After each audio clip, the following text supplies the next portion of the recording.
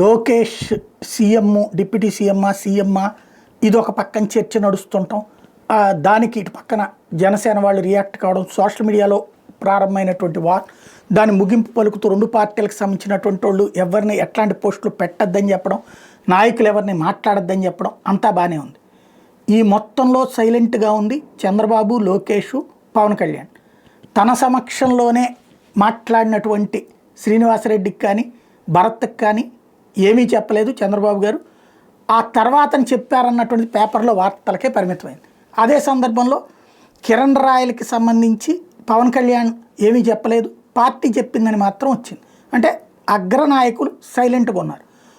వీళ్ళ మధ్యన గ్యాప్ ఉంది అన్నటువంటి దాన్ని తోసిపుచ్చుతూ పవన్ కళ్యాణ్ చక్కటి బాధ్యతాయుతమైన పని చేశారు. తాజాగా ఆయన పవన్ కళ్యాణ్ వచ్చేటప్పటికి నారా లోకేష్కి పుట్టినరోజు శుభాకాంక్షలు చెప్తూ మరొక అడుగు ముందుకు వేసి సోదర సమానుడైన, ఏదైతే మొన్ననే మనం మాట్లాడుకున్నాం, ఏది చంద్రబాబు వచ్చినటువంటి సందర్భంలో జరిగినటువంటి సిచ్యుయేషన్ని, అట్లాగే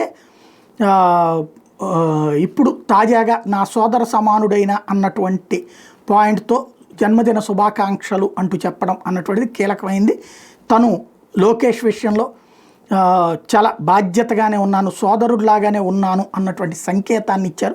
చాలా మంచి ఆలోచన. ఈరోజు ఉదయం ఉప ముఖ్యమంత్రితో Singapore consul general Vaishnavi Vasudevan మర్యాదపూర్వకంగా భేటీ అయ్యారు. ఈరోజు ఉదయం క్యాంప్ కార్యాలయంలో జరిగిన భేటీలో ఇరు దేశాల మధ్యన స్నేహపూర్వక సంబంధాలపై ప్రజల సహకారం మీద సంయుక్త అభివృద్ధి అంశాల మీద చర్చించారంటూ పవన్ కళ్యాణ్కి సంబంధించినటువంటి అఫీషియల్ పేజీల నుంచి లోకేష్కి సంబంధించినటువంటి యాక్టివిటీసు సింగపూర్ ఇక్కడ పవన్ కళ్యాణ్ యాక్టివిటీని గురించి ప్రొజెక్ట్ చేయడంతో పాటుగా మరొక కీలకమైనటువంటి అంశం వల్ల లోకేష్ని అభినందిస్తూ కీలకమైనటువంటి స్టేట్మెంట్ ఇస్తూ వచ్చారు. అట్లాగే సుభాష్ చంద్రబోస్ గురించి కూడా చెప్పుకొచ్చారు. ప్రత్యేకించి లోకేష్ విషయంలో మాత్రం ఆంధ్రప్రదేశ్ రాష్ట్ర ఐటీ, ఎలక్ట్రానిక్స్ మరియు కమ్యూనికేషన్, రియల్ టైమ్ గవర్నెన్స్, మానవ వనరుల శాఖ మంత్రి, సోదర సమానులు శ్రీ నారా లోకేష్ గారికి హృదయపూర్వక జన్మదిన శుభాకాంక్షలు.